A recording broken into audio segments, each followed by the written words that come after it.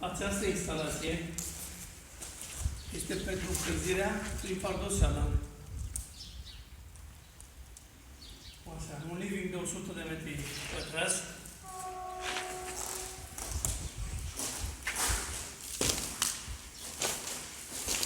Deci o instalație mixtă care funcționează atât calorifere cât și această instalație.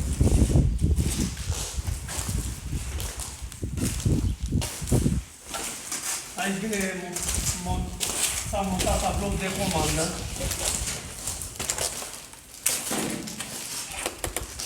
Cu distribuitor turn-return, distribuitorul de turn cu debimetre, care reglează temperatura pe circuite.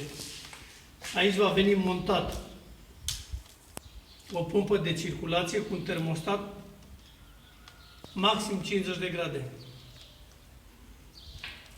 În pardoseală, da? Închidem aici până la viitoarea lucrare.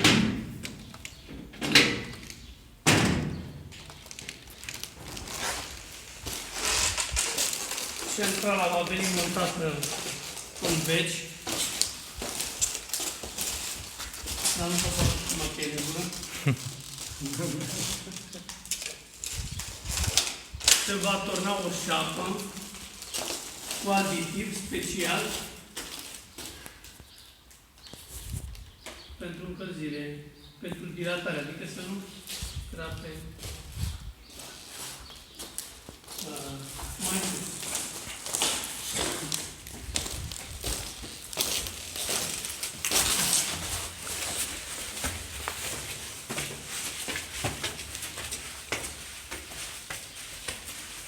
La etaj, toate caloriferele vin cu țeavă prin șapă, unde sunt alimentate din acest distribuitor cu plecări turn-return.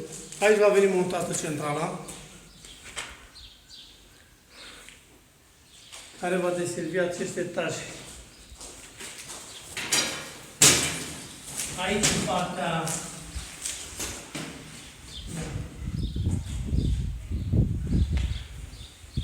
aici avem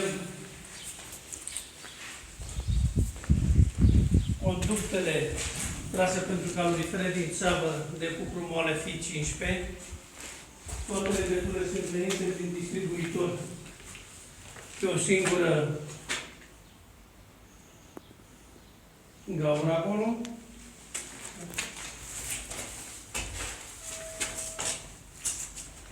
Aici